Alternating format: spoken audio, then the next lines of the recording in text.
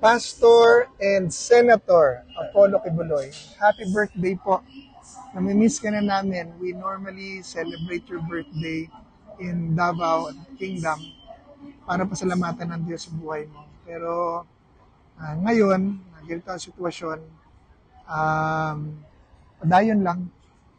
Sabi mo nga, tatag lang. Ang inaapi ay tinataas ng Panginoon Diyos. Sa tuloy lang po tayo. Happy birthday, Pastor. Palakas ka dyan.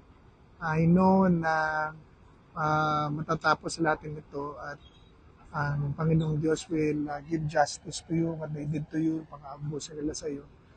Kayo po ang naging simbolo ng tama isasabi, political harassment at pang-iipit ng pamahalang ito. If they can do it to you, do it to Digong, they can do it to anyone.